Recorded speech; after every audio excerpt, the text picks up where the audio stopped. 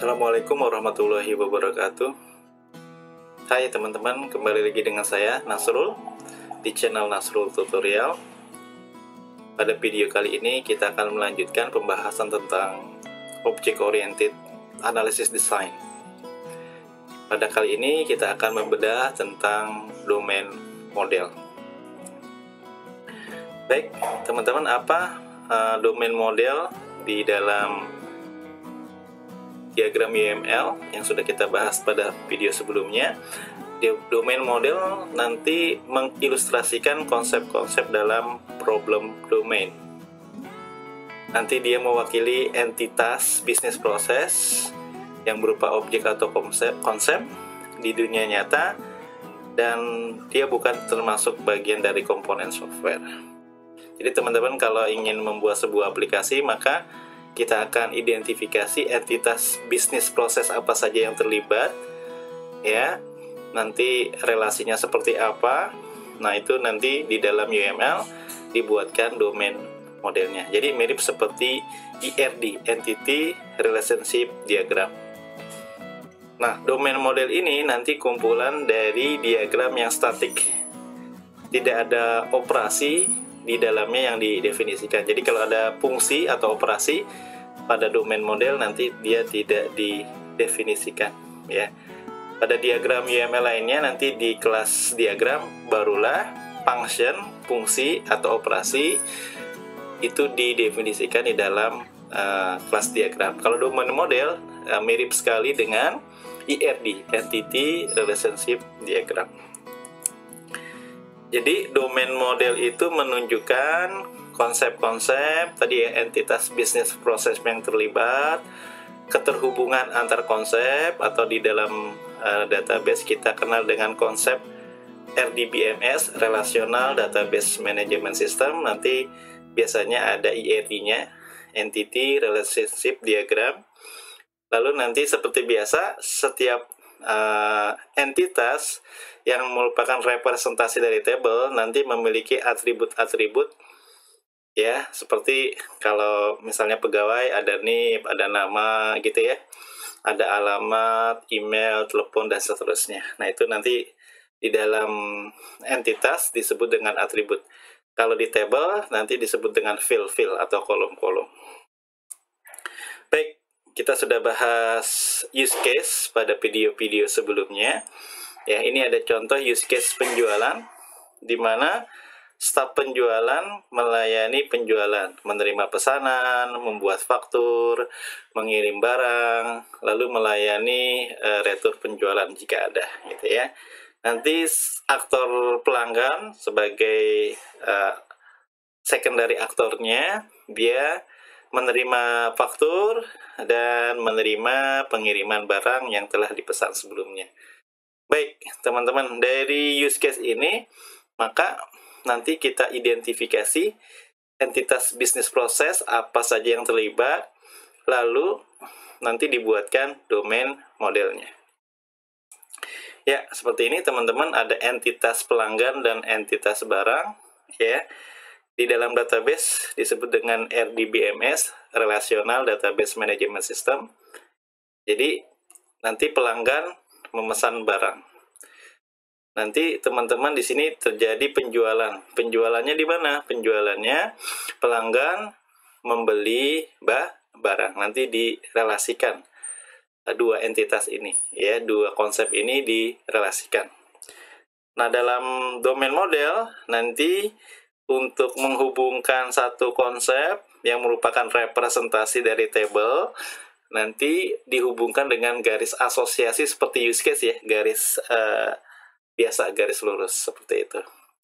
Nanti satu entitas, satu konsep dinotasikan dengan apa, teman-teman? Kotak, ya. Ini berarti nama entitasnya yang merupakan representasi dari tabel. Lalu kita lihat gambarnya ada dua semacam, ada dua baris, ya. Nah, pelanggan kan ini nama tabelnya, nama konsepnya, nama entitasnya. Lalu di baris keduanya nanti atribut-atributnya. Nah, pada domain model tadi secara teori tidak menyebutkan operasi atau tidak menyebutkan fungsi. Nah, nanti pada diagram UML selanjutnya, kelas diagram, barulah disebutkan apa fungsi-fungsinya di baris ketiga. Seperti itu. Ya, baik. Nah, penjualan ini nanti yang berarti pelanggan membeli barang, nanti kalau di konsep database itu relasinya many to many.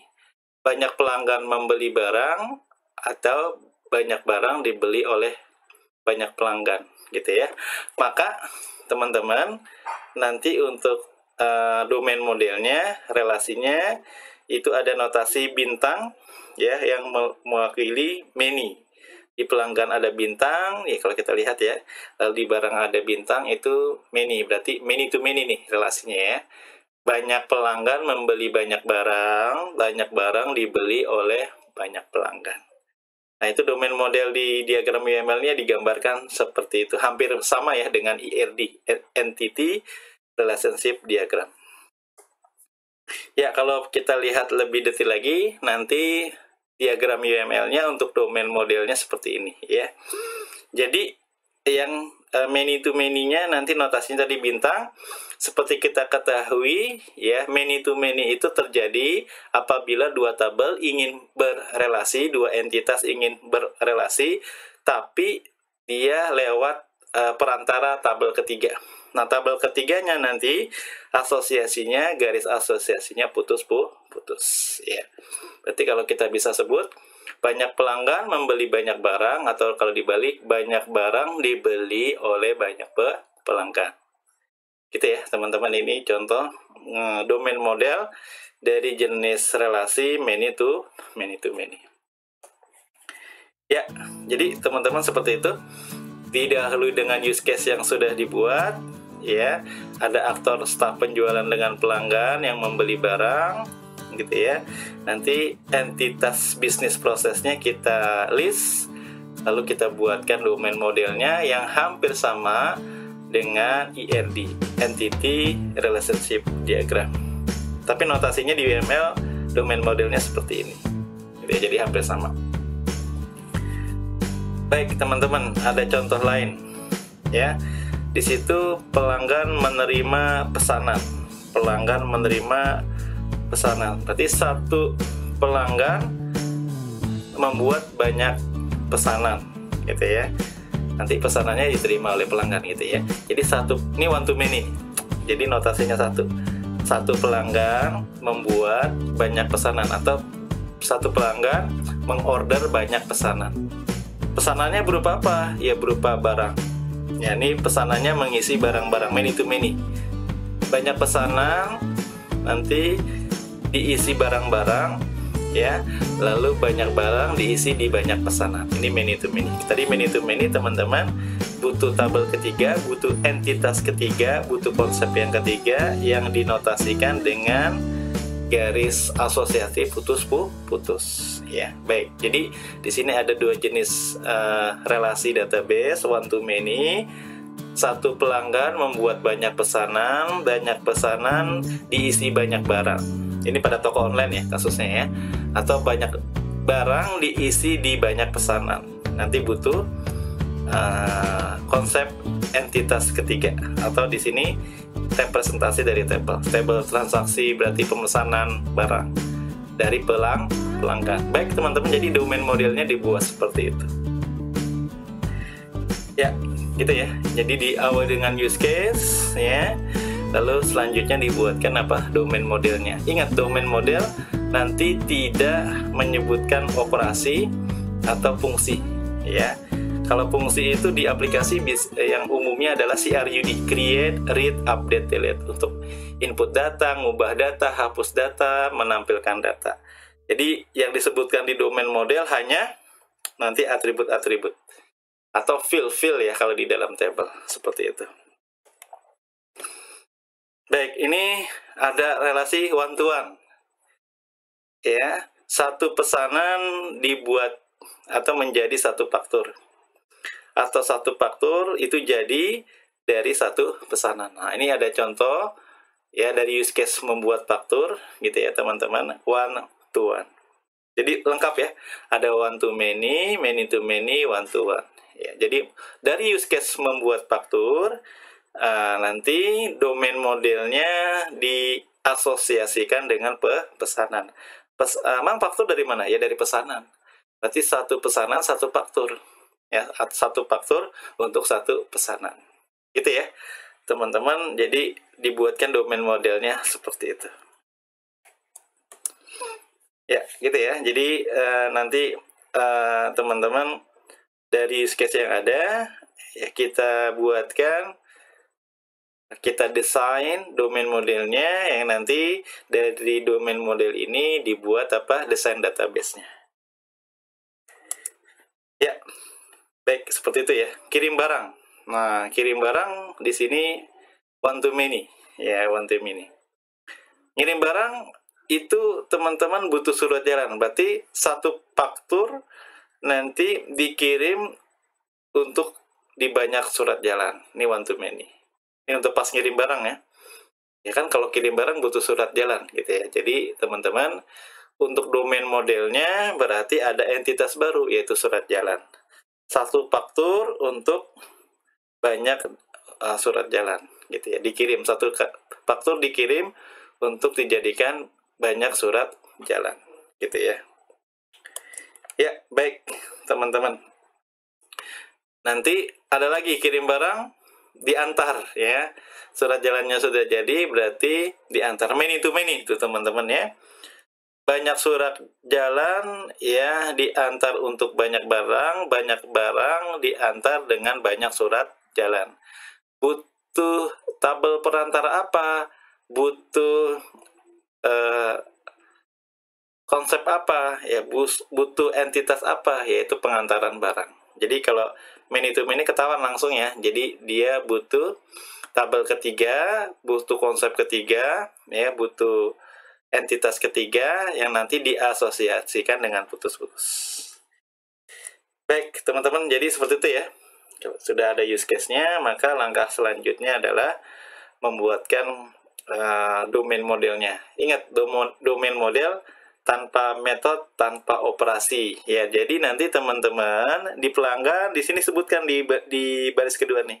Ada ID-nya, ada namanya, alamatnya, teleponnya. Pesanan ada ID-nya, ada nomornya, ada tanggalannya, dan seterusnya. Barang ada ID-nya, ada kodenya, ada namanya, ada harganya, nanti disebutkan pada baris kedua. Ya, seperti konseptual IRD. Nah, di sini ada baris ketiga, kotak ketiga. Nah, itu nanti untuk operation, untuk fungsi-fungsi. Biasanya fungsi yang umum di dalam aplikasi CRUD create, read, update, delete nanti dimasukkan pada baris ketiga. Ingat, domain model tanpa metode, tanpa operasi. Ya, baik teman-teman, ini contoh lain, ada retur, ada pengembalian. Ya, misalnya rusak barangnya atau tidak sesuai maka dikembalikan, maka satu retur nanti dikembalikan dengan satu surat jalan gitu ya. Nah, berarti teman-teman di sini ada asosiasi baru ke entitas retur. Ini contohnya yang one to one. Jadi yang one to one contohnya tadi satu pesanan untuk satu faktur ya. Satu surat jalan untuk satu retur. Ya, nanti ada pengembalian kalau nanti barangnya tidak sesuai atau reject gitu ya. Baik, itu contoh dari tambahan use case pelayanan retur penjualan. Baik, ada juga penukaran barang ya. Berarti semakin banyak teman-teman nanti bisnis prosesnya, berarti semakin banyak pula entitasnya gitu ya, atau semakin banyak tabelnya, atau semakin banyak konsepnya. Di sini many to many nih, banyak barang ya ditukar pada saat banyak retur untuk menukar banyak barang gitu ya. Ini many to many. Ingat, kalau many to many itu teman-teman dia ada asosiasi ke konsep atau ke entitas ketiga dengan garis putus-putus seperti itu. Baik, terakhir teman-teman ya dimasukkanlah teman-teman atribut-atributnya, atau kalau di table itu field-fieldnya atau kolom-kolomnya. Nah, di sini ada simbol minus, berarti nanti di sisi pemrograman itu hak akses modifiernya yang sudah kita pelajari di bahasa pemrograman ya, di Java, di Python, atau di PHP. Kalau minus ini berarti private, hak akses modifiernya atau nanti ada model-model, jadi kan ada kelas ya. Kelas ada variabel hak akses modifiernya berarti ini private, minus gitu ya. Kalau nanti teman-teman plus ya, kalau plus ya nanti berarti public. Ya tergantung bahasa pemrograman nanti yang dipilih, karena di sini kita nggak ngomongin bahasa pemrograman, ini biasanya pakai Java nih ya, yang field-fieldnya di modelnya atau di kelasnya menggunakan hak akses modifier private. Tapi kalau PHP atau yang lainnya, Python gitu biasanya public gitu ya, nanti plus, simbolnya tinggal diganti apa? Plus. Ingat, domain model, no method, no operation. Berarti pada baris ketiganya nih, di masing-masing entitas, masing-masing table dikosongin. Jadi teman-teman, yang pertama adalah nama modelnya, nama kelasnya. Yang kedua adalah nama-nama atributnya. Ya, jadi entitas-entitas ini, konsep-konsep ini merupakan representasi dari table-table yang saling berrelasi satu dengan yang lainnya. Lalu notasi-notasinya mengikuti RDBMS database pada umumnya. Ada one to one ya, ada one to many, ada many to many. Kalau many to many, bintang-bintang, nanti di tengah-tengahnya ada entitas di tengah-tengahnya dengan asosiasi garis putus-putus. Baik, teman-teman, ya ini ada tanda panah hitam nih, opsional aja sih. Kalau nggak dibuat juga nggak apa-apa. Yang penting sudah ada notasi jenis relasi, one to many, one to one, many to many. Oke, teman-teman, seperti itu. Ya, penjelasan tentang domain model yang dibuat setelah kita membuatkan use case. Setelah use case dibuat, use case-nya bisa yang biasa atau yang menggunakan use case package diagram yang sudah dipelajari pada video sebelumnya. Nanti setelah itu dibuatkan apa? Domain modelnya. Domain modelnya no method, no operation. Ya, nanti yang menggunakan method teman-teman ada di kelas diagram. Baik, cukup sekian penjelasan tentang domain model. Sampai berjumpa di video-video selanjutnya seputar diagram UML di pembahasan Object Oriented Analysis Design. Terima kasih teman-teman. Kurang lebihnya saya mohon maaf. Ya, ditutup dengan hamdalah. Alhamdulillahirabbil alamin. Assalamualaikum warahmatullahi wabarakatuh.